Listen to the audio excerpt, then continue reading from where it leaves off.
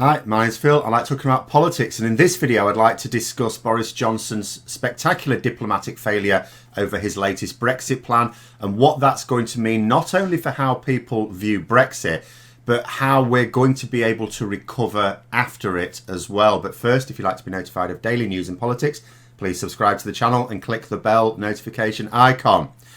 So, over the last week, it's all gone a bit wrong for Boris Johnson, because his reneging on the withdrawal agreement, or the parts of the withdrawal agreement relating to the Northern Ireland Protocol, it didn't matter that it would infuriate the EU as far as he was concerned. I mean, that in itself shows a spectacular ignorance of international politics, as well as Britain's place in the world. But that in itself didn't bother him in the short term. What caught him by surprise was the fact that it upset Americans. Now, there'll be many people who are going, how on earth could he have caught out by that?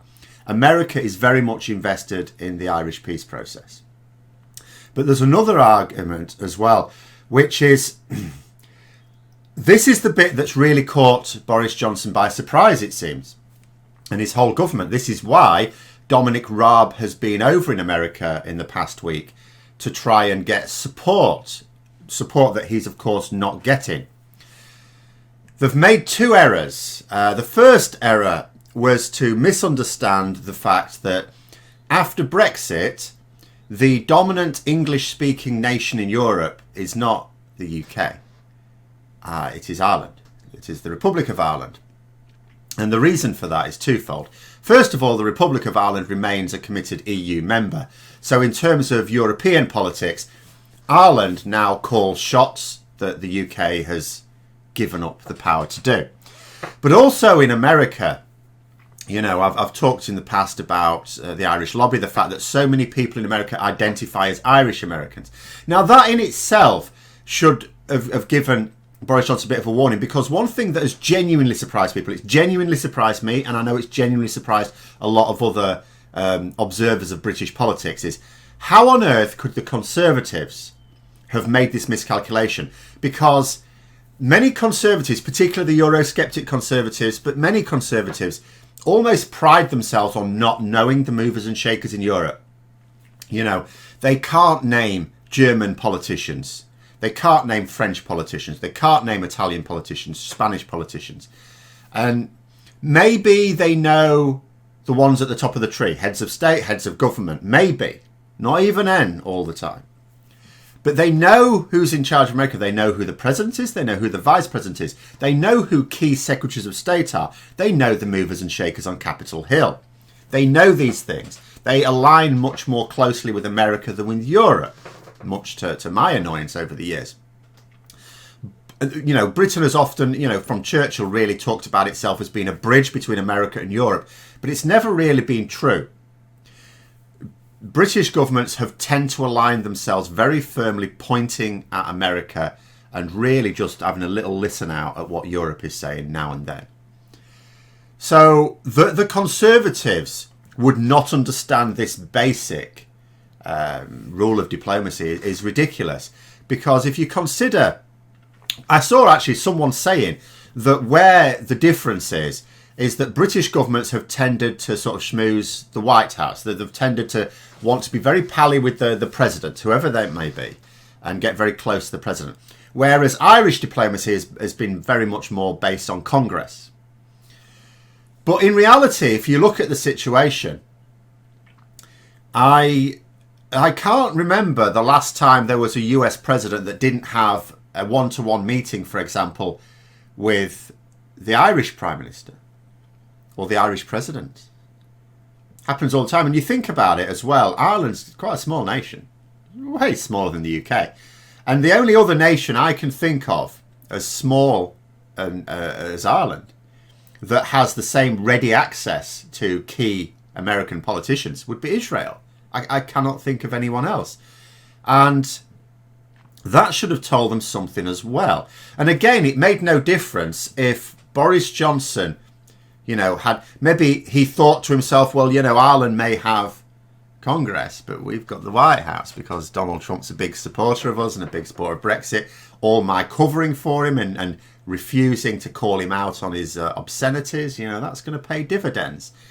But it makes no difference even if that were true, because if Donald Trump wants a trade deal, it still has to go through Congress. And if Congress say no because they've breached the Good Friday Agreement, or they've put in place something that is going to lead to an inevitable breach of the Good Friday Agreement, and they're just threatening it, we're not going to sign it. And the president has no unilateral authority to do this. But it hasn't even worked out like that, because Donald Trump's own, Northern Ireland envoy, who's a Republican, staunch Republican, has also said that the Good Friday Agreement must be honoured. And he's used rather more conciliatory language than the Democrats. The Democrats are very much, don't you dare touch the Northern Ireland peace process. Whereas, and some Republicans have as well. This is another thing. This is not a partisan issue. America, Republicans and Democrats are very much invested in the peace process. And in a way that has obviously caught Conservatives by surprise, because they were thinking, well, our extreme right-wing nutters are not at all interested in the Irish peace process. Even the Irish politicians, even the DUP, the right-wing nutters of Northern Ireland, don't want the peace process. They can't understand that in America this is actually, no, this is not the case there. But what this envoy has been talking about is the accidental hard border within Ireland. He's not saying, Boris Johnson's trying to create a hard border in Northern Ireland, or between Northern Ireland and the Republic of Ireland, within Ireland. He's talking about the fact, I know he's not trying to do that, but, there's the possibility of it accidentally happening. There's no possibility about it if we do not have that border up and running between Great Britain and Northern Ireland, then that border has to move to between Northern Ireland and the Republic of Ireland, and that will be deliberate. So it is a spectacular failure. And then I started thinking, well, hang on a minute, there's another thing.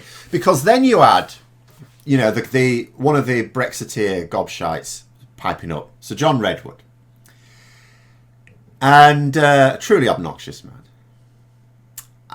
And I know most of the Brexiteers are, but they're not all. But this one is. And he was saying, because I was saying last week, now all these Brexiteers are going, well, we don't want a US trade deal. We don't need a US trade deal. But that's all they wanted before. That's why they wanted Brexit. Even when they were accepting that not having a deal with the EU was going to be really damaging, they didn't say, oh no, we can manage without a deal with the EU. What they were saying is we can compensate with the US trade deal, which was balmy in itself. But now they're going, well, we don't even need a US trade deal. So John Redwood has said, well, trade deals are nice, but, we don't need them. We don't need them. I mean, we didn't have a trade deal with America when we were part of the EU.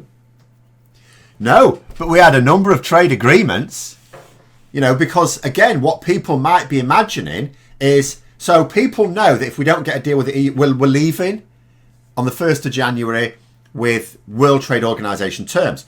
Maybe those people were thinking, well, we haven't lost anything because we'd be on those terms with America anyway. No, we're not.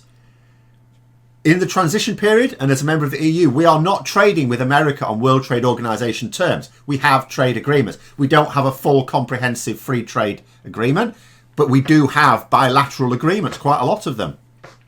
They're all going as well. And then I thought to myself, they've really dropped the ball here, because Boris Johnson genuinely thought he was going to get a trade deal with America this year. That's not happening. Then he started to think, early next year we might still get away with it. If he carries on the way he is, we're not getting that either. It's like permanently gone. And if Joe Biden becomes president, forget it. Under any circumstances, even if he behaves himself, it's like, okay, you're behaving yourself, we'll add you to the queue. All right, where are we in the queue? Way over there. Right over there. You see past India and the EU and Australia, everyone.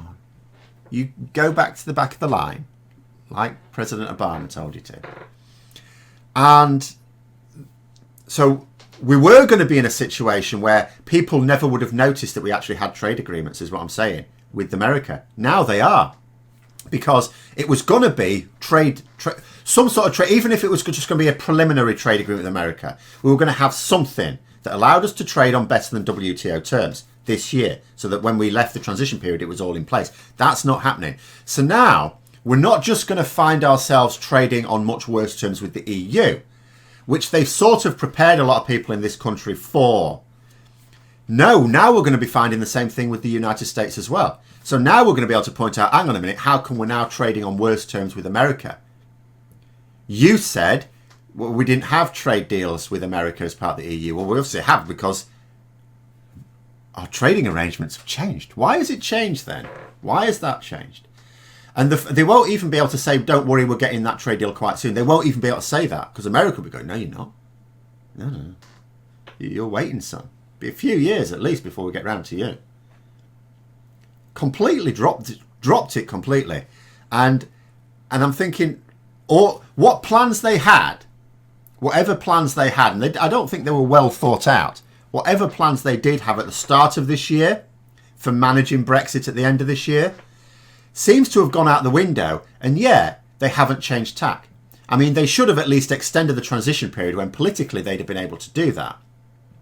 But they haven't. And when I say they, I don't just mean Boris Johnson here, because he'd have needed the support of the ERG. They should have seen this as well and thought, well, just another year or two, we're still going to get the prize. They're throwing away the prize because they're just sticking to all of the parts of the plan they had at the start of the year, taking no account of the fact that certain things are just being removed from them, and they might need to look at the rest of the overall plan. Complete disaster. And I'll tell you another thing it shows as well, is that Boris Johnson, if he cannot even understand, if he just did not understand, and it's not just Boris Johnson, it's everyone else as well that's around him, if they fundamentally did not understand the importance of the Irish peace process to American politicians in both parties, they did not understand that, and they know America better than any other country in the world. That makes you a little bit worried about how they're going to deal with the rest of the world. Because what this means is ministers were not listening to their own diplomats, their own ambassadors, their own officials within the Foreign and Commonwealth Office. If they were not listening to them, when it comes to America, a country where they actually do know how a few things work, no chance with any other country on earth. No chance at all. We are about to become isolated, seriously isolated in the world, and we do not even have the people in charge who will listen to the people who can tell us what to do about that. But there you go. Those are my thoughts. Let me know yours in the comments below. I hope you found the video interesting. If you did, don't forget to click the like button. If you'd like to support the channel further, please also click the Patreon link for details. And until next time, I'll see you later.